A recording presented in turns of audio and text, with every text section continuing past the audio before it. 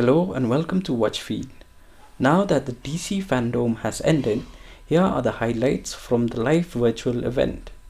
It started off with Wonder Woman 1984 panel where the cast answered questions from fans and with a surprise guest appearance from Linda Carter, the original Wonder Woman from the 70s. And then they started talking about fan art and cosplay and finally reveal an all new second official trailer of the upcoming film Wonder Woman 1984.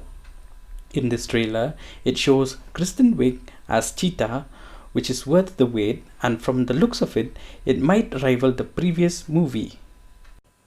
Then we continue with Warner Brothers Game Montreal announcement, where the new Batman Universe game was released entitled Gotham Knights. The characters you get to play in the game include Robin, Red Hood, Nightwing, and Batgirl.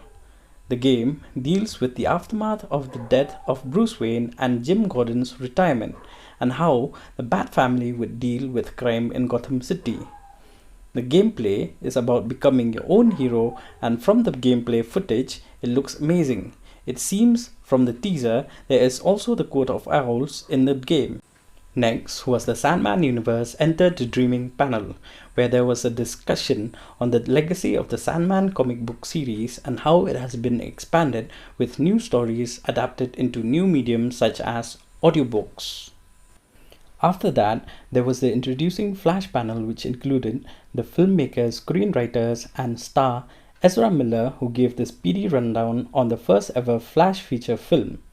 It was mentioned that Ben Affleck will reprise his role as Batman in this movie, and it seems that the Speed Force will look awesome as stated in the panel. As we all know, the plot is based on Flashpoint, and it seems that the DC cinematic multiverse will be introduced in the Flash movie. So that means Flash might be traveling to other universes like the universe where Michael Keaton is Batman. Also, there will be a new suit, and it seems to be more sleeker and have light coursing through the suit. It resembles the suit from the Flash TV series. But since only the concept art was revealed, there is room for improvement.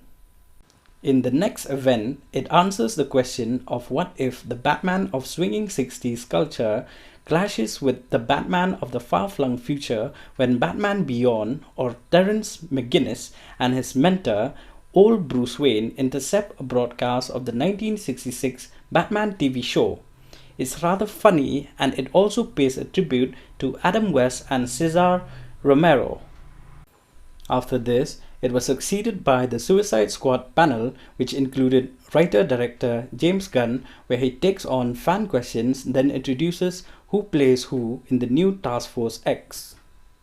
Amanda Waller, played by Viola Davis, Joel Kinnaman as Rick Flag, Michael Rooker as Savant, Flula Borg as Javelin, Margot Robbie as Harley Quinn, Polka Dot Man, played by David Dastmalchian, Daniela Melchior as Ratcatcher 2, Idris Elba as Bloodsport, Kivai G as King Shark, Mei Ling Ning as Mongol, Peter Capaldi as Thinker, Alice Braga as Sulsoria, Pete Davidson as Blackguard, and Nathan Fillion as TDK, Sean Gunn as Weasel, Jai Courtney as Captain Boomerang, and finally John Cena as Peacemaker. We just hope that the camera can find John. And finally, the moment where every DC fan is waiting for, the Snyder Cut Justice League, which starts off with some behind the scenes of Justice League with Zack Snyder at the helm, and it continues with Zack Snyder answering some fan questions which are read by the cast. Then Zack also discusses the movement that started to persuade Warner Brothers to release his cut of the 2017 movie Justice League. So some information about the movie. It is going to be in 4 segments with a duration of 1 hour segments. And in other countries where there is no HBO Max, WB is working on distribution so that it is everywhere. And by the way, Steppenwolf, Darkseid and the Sun looks amazing. Next is the Flash TV series panel, which includes the cast and exec producer Eric Wallace, where they talk about the previous season 6 and the upcoming season 7 and why the storyline was broken up into 2 seasons. Also, season 7 trailer was also released and it looks action packed. It was mentioned that they actually finished 85% of their first episode of season 7, and the teaser actually includes a lot of spoilers for season 7. After this was the Black Adam panel, which included Dwayne "The Rock" Johnson narrating the origin story of Black Adam with some concept art. Already seen and known from Shazam, Dwayne Johnson then did a first Q&A on his upcoming film and promises to change the hierarchy in the DC universe with this movie. This was followed by Titans TV panel, which included the cast and exec producer Greg Walker with reliving some fan favorite moments from the show, and the showrunner discusses Jason Todd's return as the Red Hood and the introduction of Jonathan Crane or Scarecrow and Commissioner Barbara Gordon in the upcoming season and how they deal with crime in Gotham.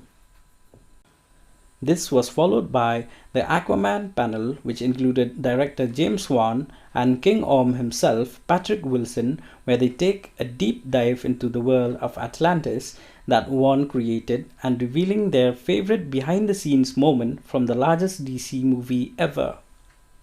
This was then followed by Shazam panel, which included Zach Levi and the cast, who are although tight-lipped as they are sworn to secrecy on the new script for their upcoming movie. They do reveal the title of the next movie, that is Shazam: Fury of the Gods. And it seems that there would be a secret cameo and probably more than one villain. This was followed by another game announcement, that is Suicide Squad Kills the Justice League, the new game from Rocksteady Studios, the creators of Batman Arkham franchise. The teaser shows Brainiac at a distance and 4 characters from the Suicide Squad or Task Force X, that is Harley Quinn, Captain Boomerang, King Shark and Deadshot. It shows them taking on Superman and the Justice League, and also, as mentioned by the creator, it is the continuation of the Arkham series games. The game looks very promising and can be played with a single player with bots in their squad, or it can be played with friends controlling the whole squad. Also, in single player, it can switch from one character to another during game. And if we go by from past successes, Rocksteady Studios produces awesome games. And last but not the least, the Batman panel, which included Matt Reeves, who talked about why and how he relates to the Batman story. The movie is based on Batman Year One storyline and shows us the point of view of a corrupt cop about the events that unfold with the introduction of a vigilante that tackles crime in a crime-ridden city. Also, the long-awaited trailer for the Batman was released, which showed Paul Dano as the Riddler and as a deranged serial killer, and he looks terrifying. Another point which can be taken from the trailer is that Pattinson's fight scenes look more real, gritty, and resemble Charlie Cox's Daredevil fight scenes. Although I don't have anything against the warehouse fight scenes from BVS, it does resemble the fight scenes from the Arkham series games. Also, the tone of the movie seems to be more real, gritty, and dark. So there you have it, all the important highlights from DC Fandome. If you like our content, please subscribe, like, and share.